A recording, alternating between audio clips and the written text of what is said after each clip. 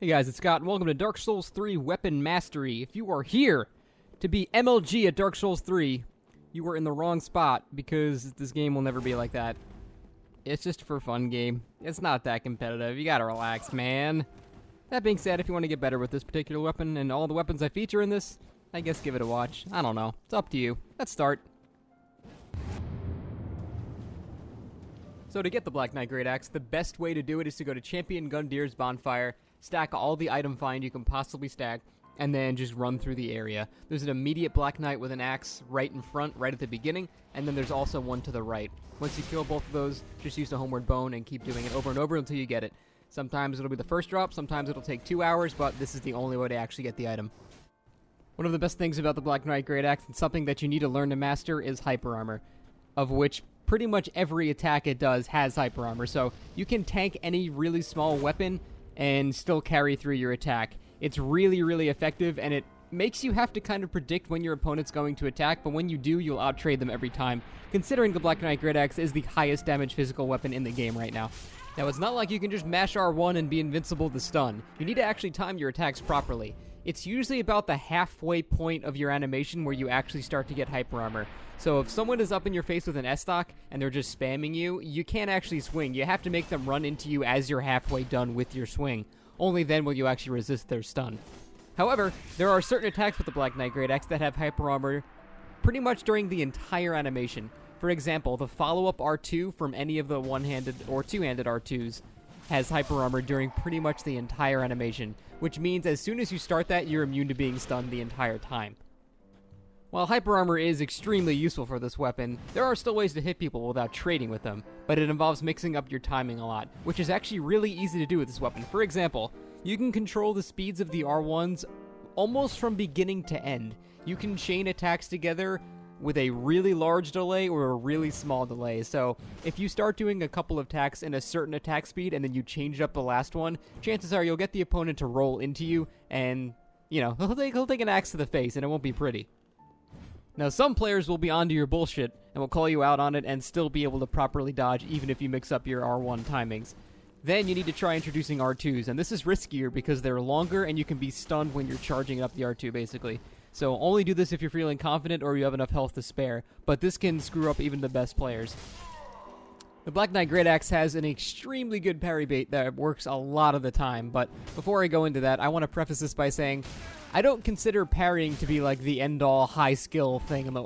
I don't know why people always assume parrying is like, oh, if he can parry the best, he's the best player in the world. I don't really ever consider that. Parrying works against predictable players, and that's it. If you're ever fighting a really good player and you try to parry him, it's not going to work. You're never actually going to parry him unless you get lucky, because good players know what the baits are. So, even though this will work on the majority of players that you fight, if you see that the player you're fighting is actually really good, don't bother trying this, because they'll know what you're doing and punish you for it. And that goes pretty much with any parry bait in the game, so take that into mind. That being said, the recovery on the one-handed R2 for the Black Knight Greataxe is so quick that people don't even realize it. You can charge an R2, miss it, and then basically the second you hit the ground, you can already parry. It almost cancels out the animation. It's really weird, and it works on a lot of people because they think they have an opening, but they don't. Now, good players are not going to fall for this, but again, the majority of players are not good, so this will work a lot of the time.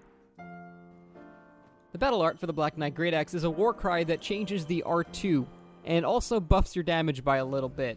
Now, the R2 by itself it's okay, it's really slow and obvious, so it's not the best move to use. However, if you do have the buff on from the war cry, if you do a one-handed R1, it will chain into a one-handed R2, provided that you have the alternate attack from the buff. This is a guaranteed combo 100% of the time, and it'll end up doing a little bit more than two-handed hits, so it is actually probably the best combo you can get with that speed, so keep that in mind. It's really, really strong.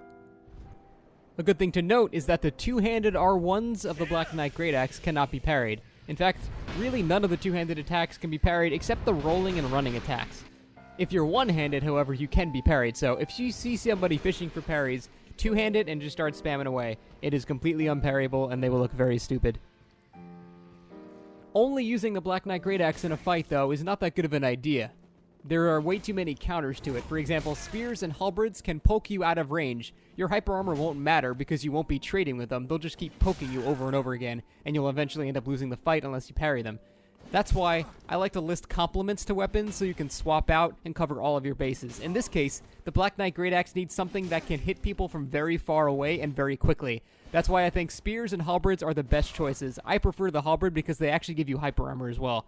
So I tend to switch to the Black Knight Glaive if I'm versing a halberd or a spear to even up the fight, and then it just becomes kind of a long-range battle because as it stands, those two weapon classes will pretty much beat the Black Knight Greataxe every time if the player that you're fighting is as good as you, so you got to be careful with those. So overall, the Black Knight Greataxe is a really, really high damaging weapon that has a couple of drawbacks such as its range, but if you utilize hyper armor correctly and you change your timings enough, it can pretty much decimate anybody in 3 to 4 hits, which is pretty nuts. So if you get really good at actually hitting people with it, you will destroy everybody. Just make sure you have a backup plan in case they do have a long-range weapon that can counter it, and you will be good to go. Thank you for watching, guys. I plan to do a lot more of these, but I actually need to get good with all of the weapons first before I can even have the gall to give advice on them. So it'll be a slow-going process as the game has just come out, but hopefully you can look forward to some more. Thank you for watching, guys, and I'll see you next time.